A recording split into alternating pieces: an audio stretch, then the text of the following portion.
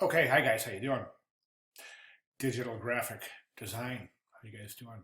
So this is week 7. Welcome to week 7, and I just want to say you guys are doing amazing stuff. Seriously, everyone's doing really good stuff, and I think that those of you who were struggling at first, I think, kind of realized it's all about um, research and development, and that's what this class is all about. And I think everybody's really, once everybody figured out that I'm not going to show you how to run your code and how you show me your code and I fix it and I give it back to you and you say thanks and we're all happy. And that's not, I think a lot of people kind of expected that at first. And I think a lot of people were a little bit put off at first that that's not how the class works. And I'll tell you what, here we are 7 weeks later, and I have a lot of folks emailing me saying, saying thank you for leaving us to our own devices. And I think that's really important, folks. It really is, especially because you're being introduced to Bootstrap, HTML, HTML5, CSS3. There's a lot thrown at you here. Plus, you're asked to recall your Web 1 experience and your first time around. Well, presumably most of you, your first time around in Dreamweaver. So there's a lot coming together, culminating here into this project. And I think everyone's doing great. I really do. We're done, guys. I mean, basically, we're done. You've got a couple of decisions to make this week. This is Module 7. Your sites are due this week. You've got a couple of decisions to make, okay? What worked in your sandboxes?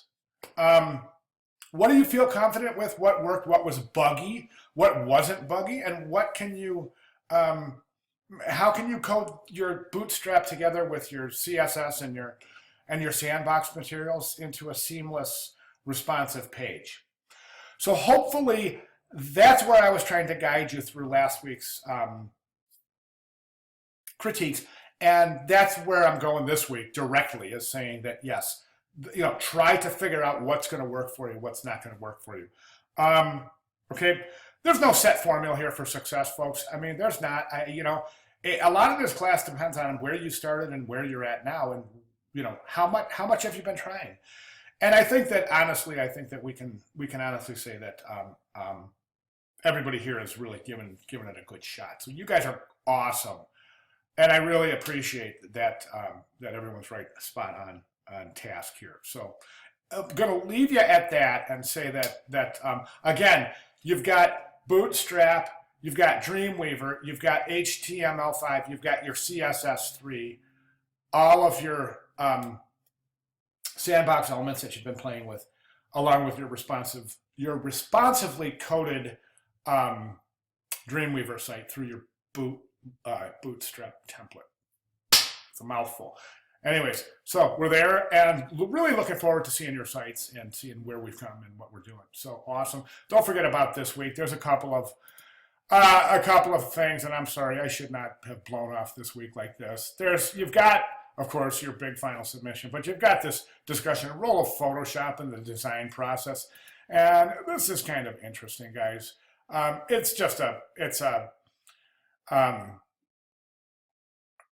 It's a discussion board. It's asking you to think a little bit, do a little bit of research. It's a really, really interesting topic. And for those of you who are jumping into it in the discussion board, that's awesome. We'll do what we can with what time we have.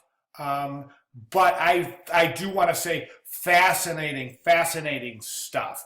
If you guys want to read further on the role of Photoshop in the design process, both from an ethical and from ethics, and from a personal viewpoint and also from a professional ethics standpoint, let me know and I can give you some really good stuff to read. Fascinating topic. Okay. Awesome, guys. Thanks so much. You guys have been really, really awesome, and I'll see you all in discussion board. Thanks.